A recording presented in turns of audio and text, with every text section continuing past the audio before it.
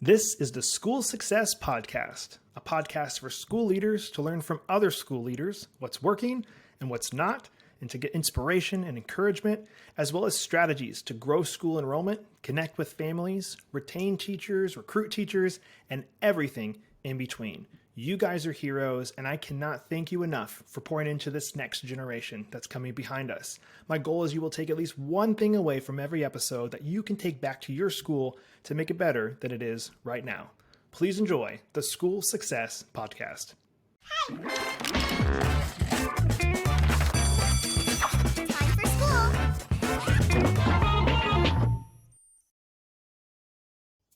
Hey, School Success Makers. Welcome to another edition of the School Success Podcast. I'm your host, Mitchell Slater. I'm joined by a new friend just a few miles south of me in Hobe Sound, Florida, Mr. Wayne Lynch. And he goes by a couple different titles. He is currently executive consultant with Global School Consulting Group and also the president of Gift of Hope USA Foundation. So, man with lots of hats, but with a lot of knowledge in the fundraising and helping schools to raise money and things they can do to make more money. And that is what we're going to dive into today, specifically on today's episode. And I'm super excited about this because this is something that continues to come up in the schools that we talk to or people we've had on the podcast, listeners of the podcast, is just making sure they are looking at all the options of how to raise more funds for their school and the steps to do that. So I'm looking forward to diving into that with Wayne today. But as always, before I jump into doing all of that, I always want to pass it back off to the guests to introduce themselves. So Wayne, welcome to the podcast, sir.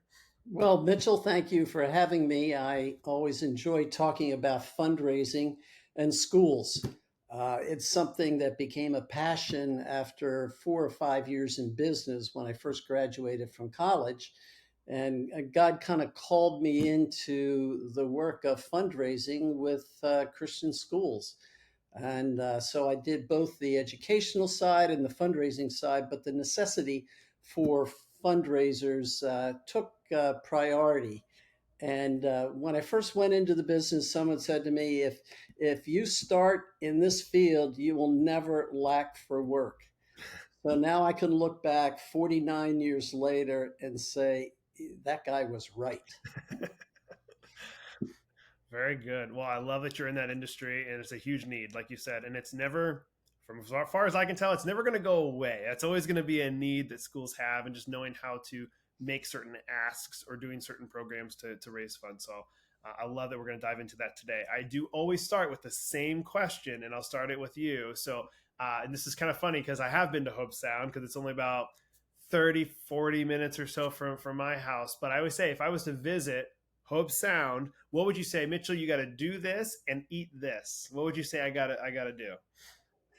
Well, you've got to go to Hobe Sound Beach up at the north end where the preserve is, because you have 6 miles of uninterrupted, beautiful beach. No houses, just beach and greenery. So I'd say, that's number one about Hobe Sound. Now, what you have to eat: Taylor Beach House, the mahi tacos with coconut rice and black beans. That's the go-to place, especially in the evening when they have music and they got the fire pit going. It's a great place and wonderful people own it. Love it. And you're very specific of what I have to get there. So you definitely know what you're talking about, it sounds like. Yes. Good deal. I love it. Well, through experience. Yeah, through experience. Perfect. Well, that one's like, whenever I ask the guests that and they say something that sounds delicious, I'm like, well, I'm probably never going to be able to, get over there and have that. But this one is a reality that I could probably go for my wife and I could have a date night there or something. So sure, it sounds delicious. So diving into to fundraising, I don't know where you want to start with that one, because it's obviously we can go pretty broad. I would love to. I'll kind of ask you some questions that I have out of curiosity. So we've dealt with some schools that they do a lot of different types of fundraising, and I know the listeners we have, there are different ones that people are doing. There's some that are I've seen do more like the gala and tournaments for sports that raise money, and then there's people who are raising funds by selling advertisements, and then there's people who are selling little cards, and then people who ask just direct asks for people. Like, I would love to kind of see from you, when we go 2 different ways on this, what are some of the ones you would ideally tell people to stay away from, and like maybe more of the flops that are not worth the time and investment, and the ones that are like, hey, these work really, really well when it comes to fundraising. Maybe that's a good way to start it off. Okay, okay. Under the underlying principle is that people give to see lives saved and changed. They want to give to see life transformation. So the messaging is so important in fundraising. It's not about the strategies. At a seminar I attended many years ago, someone said, vision eats strategies for lunch. It's not about the strategies. It's about having a compelling vision and working from there in building relationships with people. But to specifically answer of do's and don'ts, or what to stay away from and what to engage with, the principle behind improving your school's funding is you have to drive revenues. You can't get your way to success by cutting expenses. You have to increase expenses. So it's driving revenues and increasing expenses to improve the quality of the program. Now, looking at the big pie of all the fundraising, 85% of all gifts come from individuals. So that's your big target market. You target individuals. Now, when it comes to where and how they give, Major Gifts fundraising is the cheapest way to raise money. So that's building relationships with donors, engaging them in your compelling vision of where you're going in the future, and helping them to see that their gifts can make that preferred future reality happen today. And so Major Gifts fundraising would be the cheapest, probably. I quote people 15, 18, up to 20 cents on the dollar. Though when you look at the best fundraisers in the country, like Stanford, and they're spending 25 cents on the dollar, because you need the infrastructure and the quality. Secondly, I would say deferred gifts, wills, annuities, trusts, having an emphasis on that is one way everybody can give, and it's a big piece of the charitable pie that is often overlooked. Now, those expenses would be roughly, 15 to 20% as well. If you go to specific events, when you factor in the cost and time of personnel and all the rental, the food, you're going to wind up spending about 40 cents on the dollar. And you've got to do the same thing next year. Whereas with Major Gift fundraising, you get somebody to give a 3-year, 4-year, 5-year pledge. Think how that reduces your cost of fundraising and increases your effectiveness, instead of running 5 major gifts a year, or 5 major events over 5 years. So I think Major Gift fundraising is definitely the way to go, and should be a priority with any school fundraising program.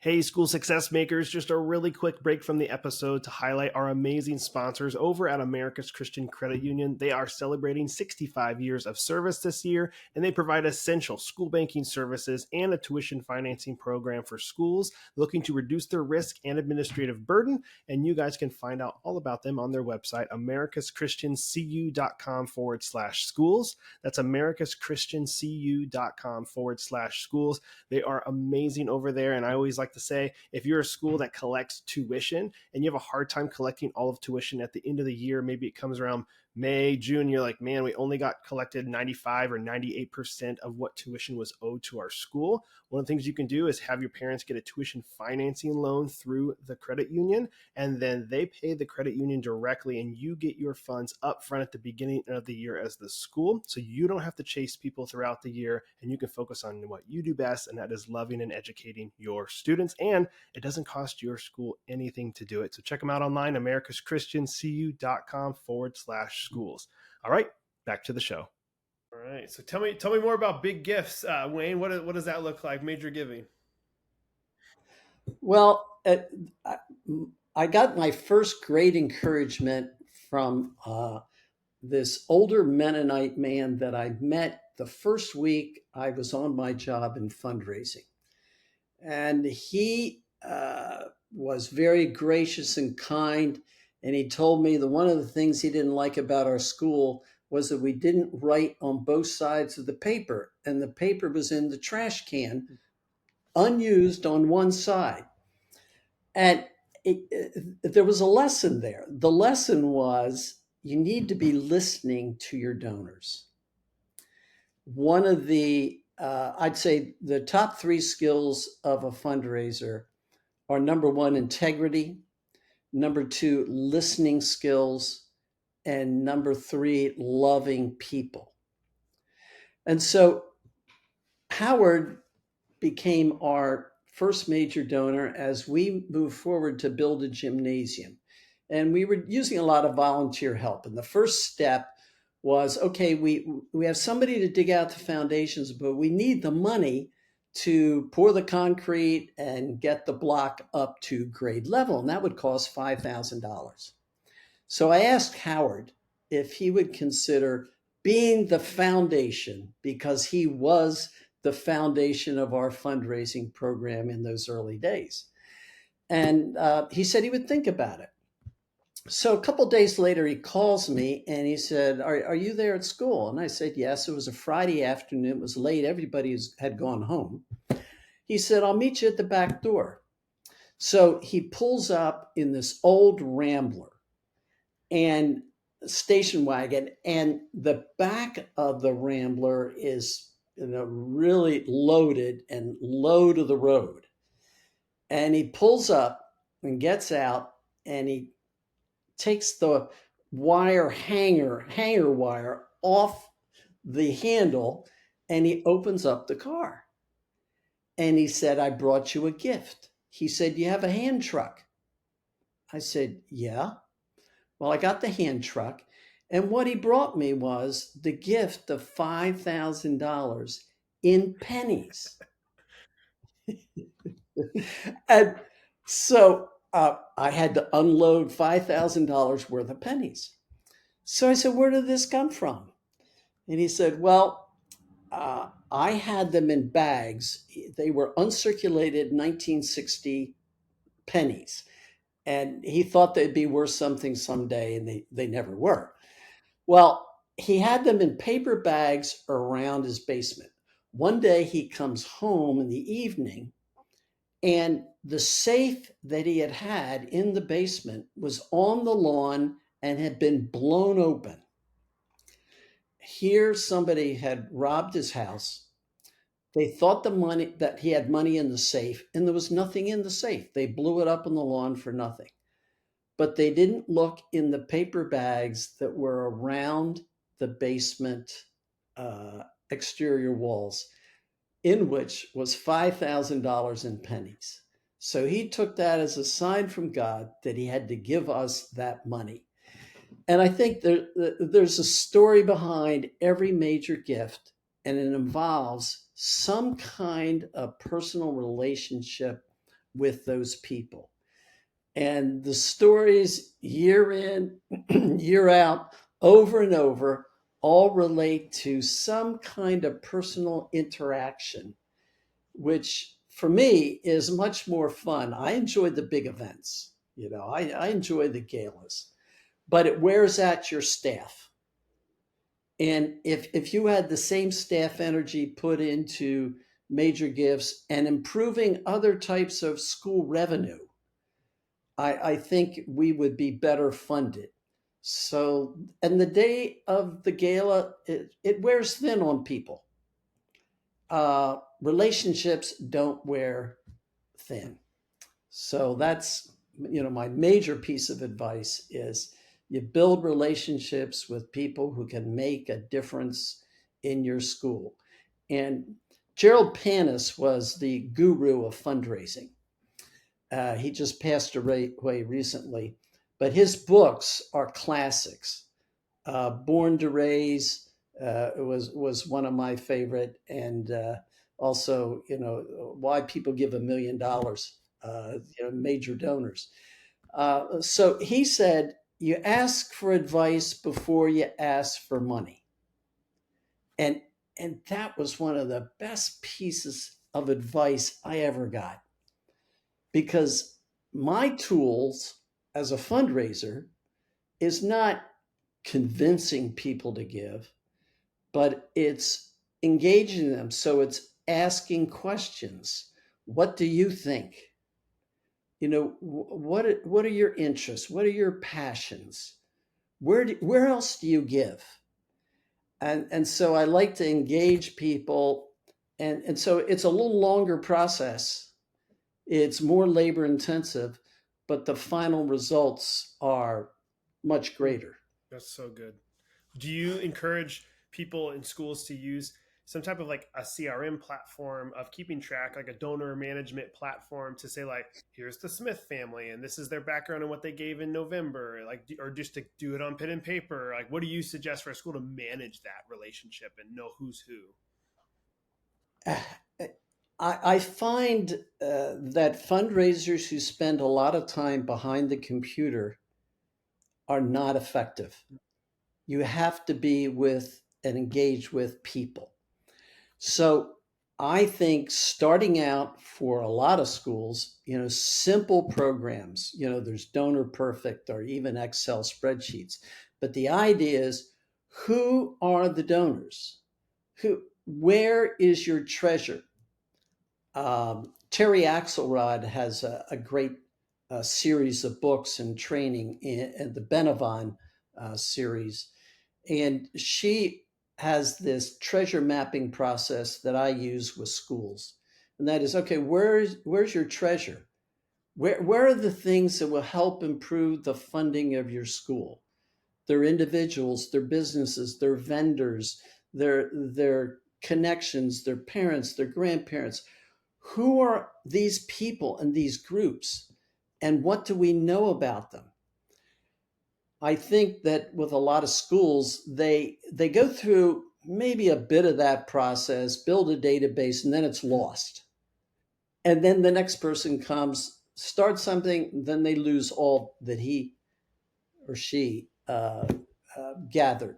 So you have to have some system of gathering names and data, keeping the records, keeping the information, so you know who your top, I would say 25. You got to know who your top 25 donors are, and make steps with each one so that you're bringing them closer and engaging them more effectively, step by step, in a thoughtful process. You have to map this out. You just, too many are ad hocing it, and that's what you get. And you have to wait until people are ready. People aren't ready to give on my timetable for my school. They're ready on their timetable. And this is kind of the tension that fundraisers live with, especially when school leadership says, well, we need the money today. And, money flows, but it ebbs and flows. It's up and down. And hopefully on a trajectory up and not on a trajectory down. Do you recommend then for schools who are trying to build these relationships up on a certain amount of a cadence of communication to where you don't want to have the relationship where when like you reach out to them, they're like, oh, here we go, he's just going to be asking for money again, like. And then how often should that communication be where you're like keeping in touch once a quarter, giving them updates on the school and where things are at, and then only asking once a year maybe for something? Or what is your kind of coaching when it comes to that for schools? Well, if you're going to build a relationship with someone, it has to be on more than just money and more than just their money and your school. It's got to be broader. And so I like to do a lot of social engagements where there's no discussion of money, or, vision trips where they get to see what is happening, at your school or where you're located. Those kinds of things. So I used to use tennis. Tennis was a great way to raise money because we played tennis, we built relationships. Now, some people use golf. I've done a little bit of that, but I prefer tennis and pickleball. Uh, and some people use fishing. So I think you have to do a lot of social type engagements and interactions with potential donors, so you really get to know them. You also want to get into their homes. You want to see what it's really like with husband and wife. So if I have a prospective donor and he wants to meet, okay, here's your scenario. I don't want to meet him at a power lunch. In a restaurant where it's noisy, you're shouting at one another, you're eating food. I want to be in their home, husband and wife, or whatever the situation is, to get a lay of the land and hear from both. Because major donors do not make decisions if they're married without talking with their spouse. So you want to know what's the situation. How do you suggest And them towing that line then of like, does that person then see like, oh, they're just going to be wanting, they just are doing this because they want my money? Like how would you suggest somebody approaching that conversation, approaching those relationships to make sure you don't go into it where they're having that in the back of their mind going, I know why you're doing this. Like I just, that's how I've seen people. I feel like the way they've done it, I'm like, I know why you're doing this, and it's icky, it gets an icky feeling, So like, what would you suggest for that? yeah, well, it's be genuine, be real. And when you're transparent, uh, they open up. And this is one of the things I have seen over the years, time and time again. People will start talking to me about giving and their finances when I have hardly said a thing. And so it's there is in the back of their mind something to do with, okay, they want me to give. But if you diffuse the situation, make them feel comfortable, you bring up certain points in a conversation. And I find a lot of people have no one to talk to about their money or their giving.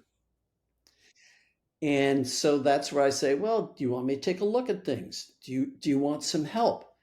So where I try to get to, the point I try to get to is I want to help people give to something that I believe is a worthwhile investment for their funds. So I'm going to help people give, but I have to realize I'm not the only game in town.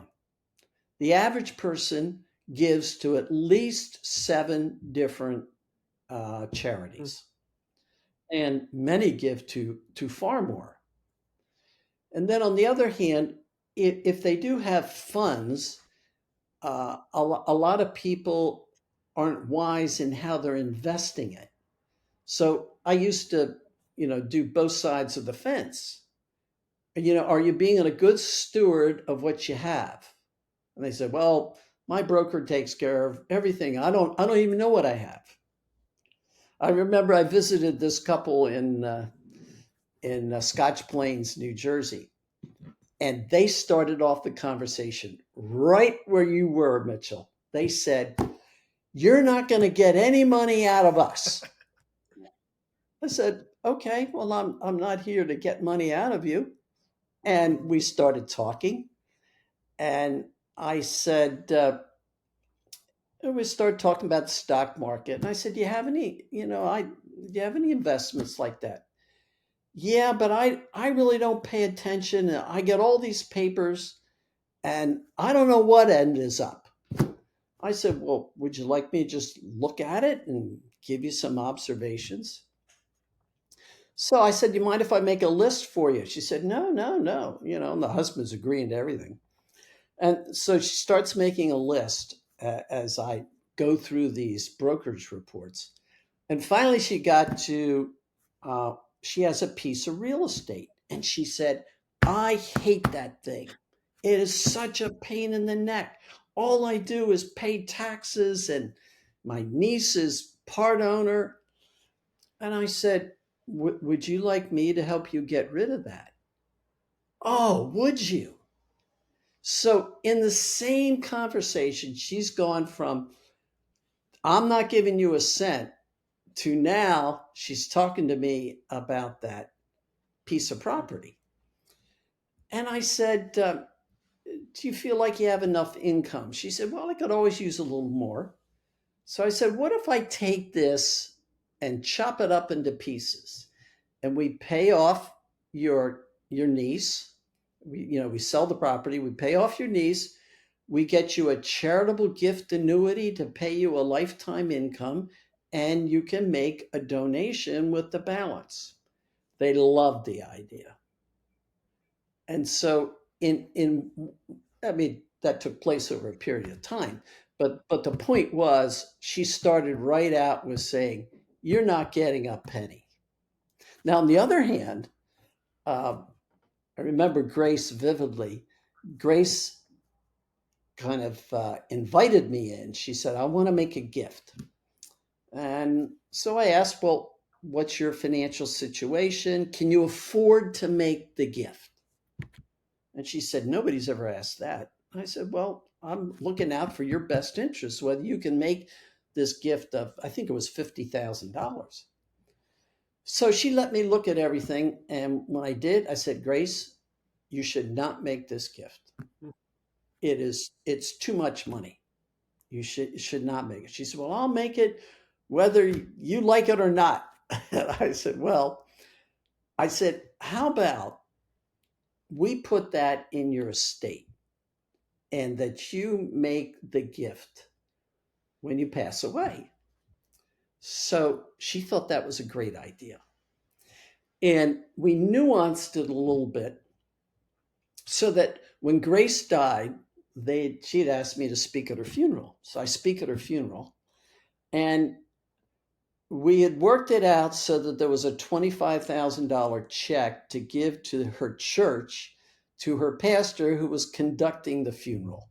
So I was able to give the pastor a $25,000 check at the funeral. And so, because when I was speaking, I said, Grace was a generous lady.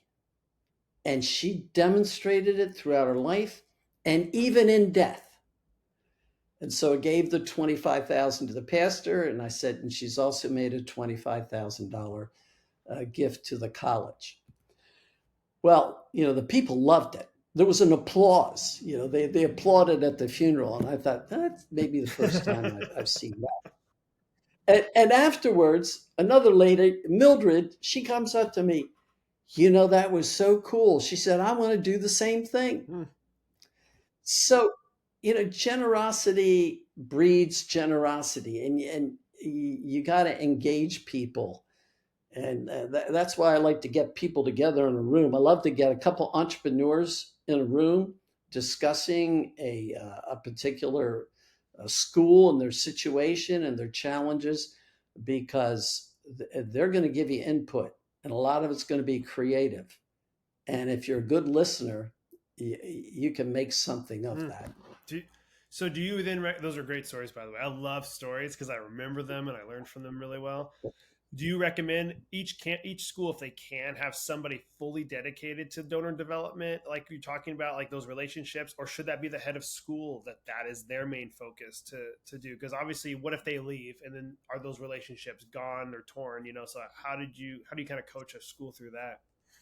Hey, school success makers, just a really quick break to highlight one of our amazing sponsors, and that is ClassReach. Now, ClassReach supports schools of all sizes from application to graduation. Take charge of your school with ease, power, and mobility using ClassReach, the school management software administrators and teachers love using. You can get your free demo at classreach.com. That's classreach.com. They are amazing people, and they provide this amazing SIS software for you to keep track of your students' grades, communicating with families that are enrolled, and a whole bunch more. So again, check it all out on their website, classreach.com. They are awesome.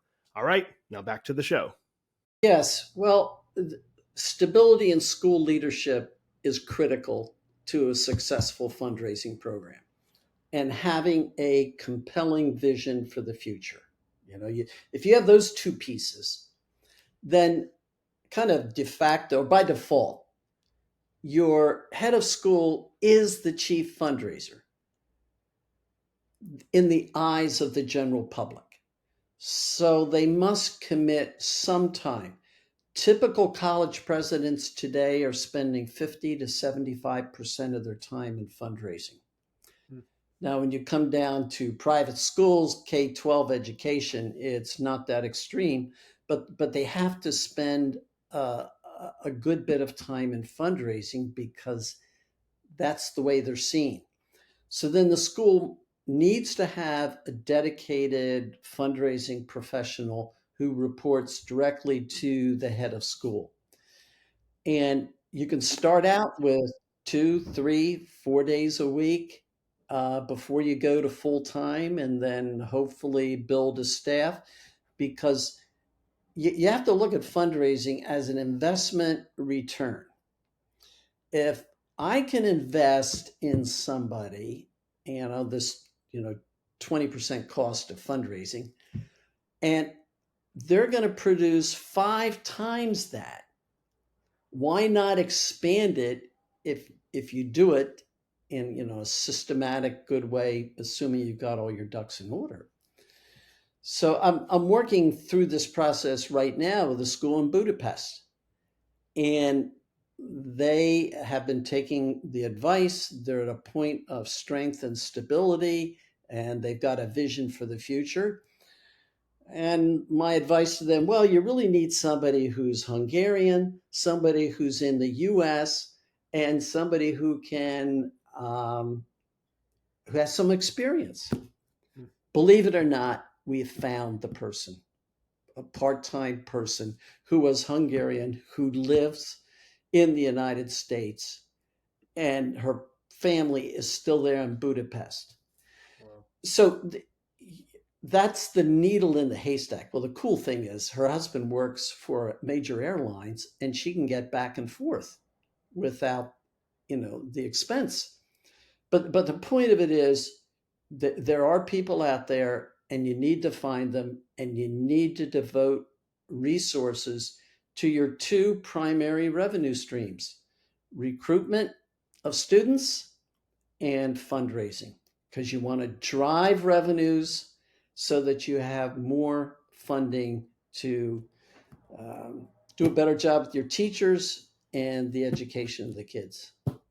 What are some of the things that you see schools typically missing out on in terms of like potential revenue growth? So obviously, the quick ones that come to my mind is they have 10 empty seats, boom, let's fill those seats to get the extra revenue. But maybe they're not doing anything with donor development. But is there other things that come to mind that you see going, man, this is just a simple thing that most schools just haven't thought of or aren't doing that could make them another $5,000 or $10,000 a year? Are there any of those that come to mind? Yes, I have them do brainstorming of alternative revenue streams.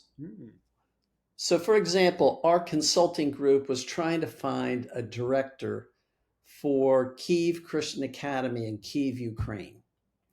And we couldn't find anybody. So finally, my associate, David Wells, says, well, why don't you go for a year And I said to my wife, I said, I think David's gone off his rocker. And my wife says, well, why not?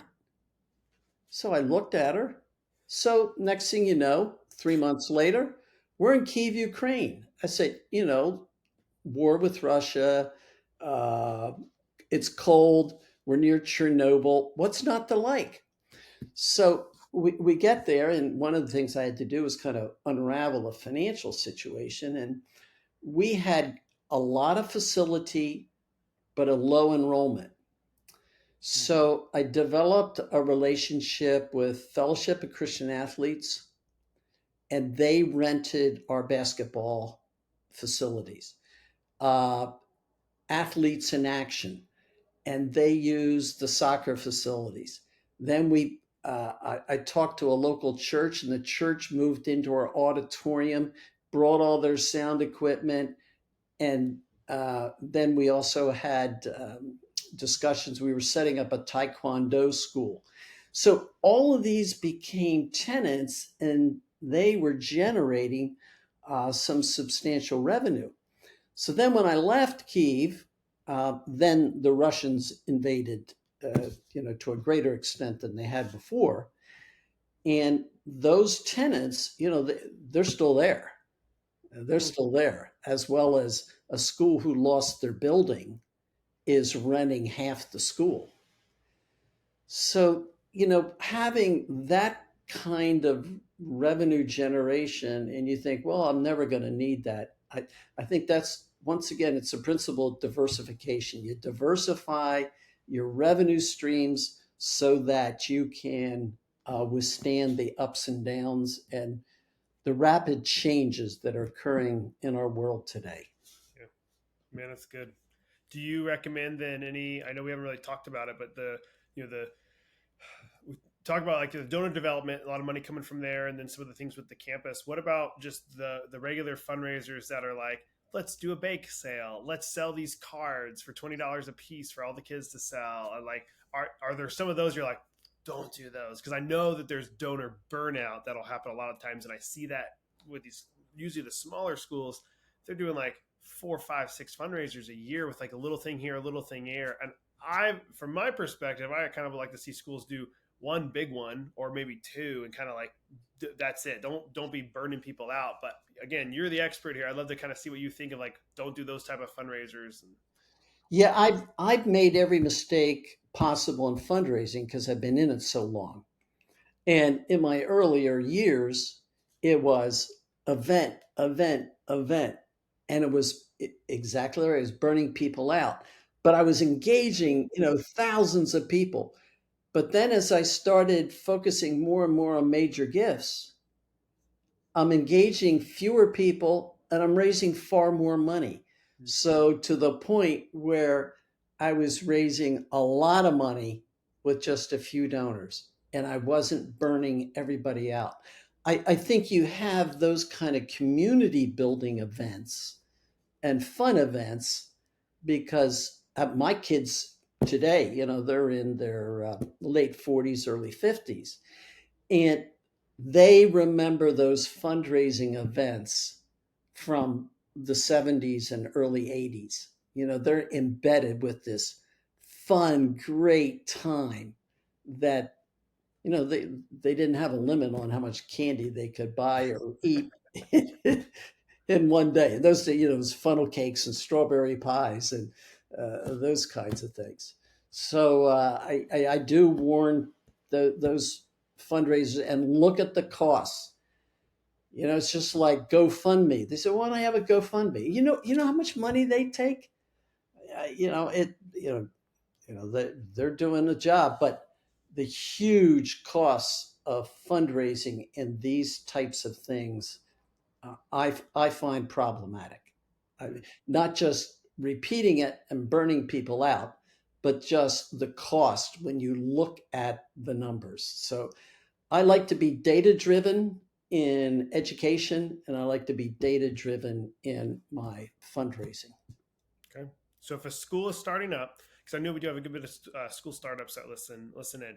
If you're starting up a school, what would you tell a startup school to do in terms like there's nothing short of ideas when it comes to like, oh, we could try this, we could do this, we could do this. But if you're like, hey, I want you to just do this and do it with excellence, do it well, and it'll benefit you guys in the long run. What would be kind of like that one thing for a startup school? Okay, you want to make sure your tuition covers your costs. So don't discount tuition and then have to raise a gap, an annual fund, because that's kind of putting the noose around your neck. And always increase tuition at least the rate of inflation or greater. But then you start right from the get-go on a good long range plan, a compelling vision, and engaging key potential donors. So it's what these top 25 people, and keeping that as your focus is going to really pave the way to future success, because then it trains everybody. Boards are notorious of, the money's in other people's pockets, go get it. Well, there's a principle. I found that organizations that are doing well in fundraising, all their board are giving, and they're giving sacrificially in the sense of equal sacrifice. Not that they're giving big gifts, but they're sacrificing in that all the board gives. So our foundation, one of the first questions our funder asks is, are all the board members giving? So you have to have the board giving, and then the board assigning responsibility to a fundraiser on staff. So you got to start right at where your people are. It's your tree, and you need to pick the apples off your own tree before you go to somebody else's tree. Okay. If you're a startup school that's not open yet, then so let's say as we were recording this, it's April of 2024. Let's say you're wanting to launch a school, or they're launching it in the fall of 2025. Fall of 2025. What can donor development and donations start to happen that early for a school? And if so, just casting that vision is all you need to do for those people to say, here's what we're doing next year. Do you want to be a part of it? Right. And getting pledges. See, they don't have to give right away if you don't need the money. And kind of tailor it to, okay, here are the phases, here are the steps, and here's when we need funding, and see how it fits the particular person. But, a new school startup, often there's a lot of interest in something like that, because it's new, it's exciting, but it has to be properly funded. And the way you do that is getting multiple year major gift pledges that bridge the gap either to some kind of financing or hopefully debt free, depends on the facility costs. Is it common for somebody to pledge and then take it back and then go, never mind, I'm not giving? There's always some that fall through. But my experience is with good people and written pledges that your success rate's going to be 90% plus. Wow, that's awesome. Yeah. Okay. Well, Wayne, as we kind of wrap up the episode, I always do one final question for people. And so it would be, and we've kind of already talked about this a little bit, but if you had one piece of advice for schools that are listening, and if it's around the fundraising world, if it was just one thing, it could be two, but if you're like, hey, I want you guys to be doing this, or here's a piece of advice from your years of being in this, what would that piece of advice be? I'd say love people and share a compelling vision of how lives are changed and saved through your work. And it's all about the people. Amen. I love that. Well, Wayne, if people want to get in touch with you, what's the best way they can get in touch with you and what you guys do? Okay. I'll just make it simple. 𝐿ynch@gmail.com. And I'm pretty responsive. Get in touch with people. Or our group of consultants, there's 19 of us, and I'm kind of in the niche of fundraising, but we have everything from board development to curriculum to facilities to safety, and all the needs the school has today. So we're full service and multilingual, multi-continent, and multi-country. Our group started out with three of us from Latin America. I was living in Dominican Republic.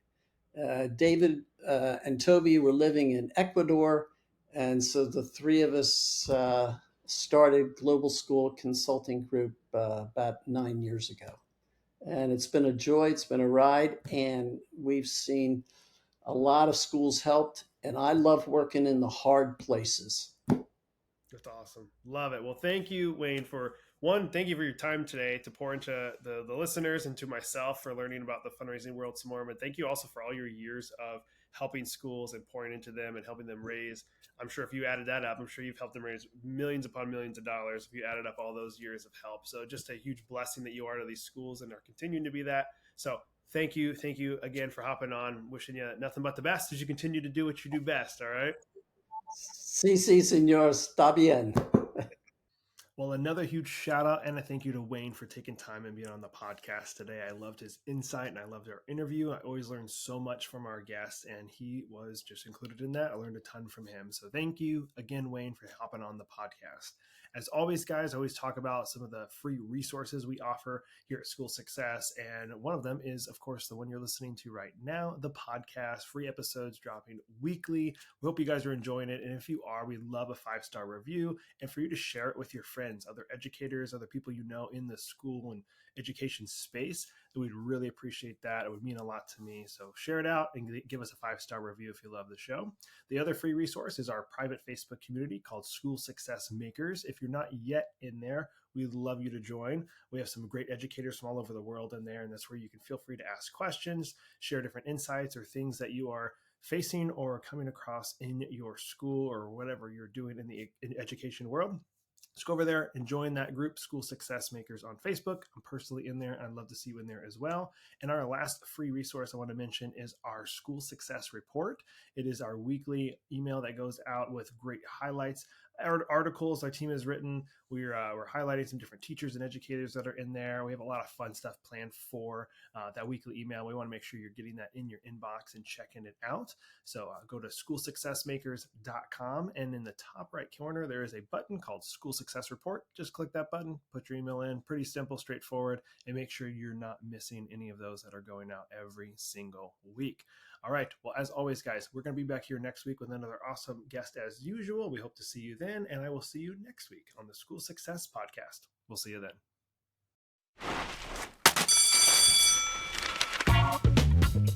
then.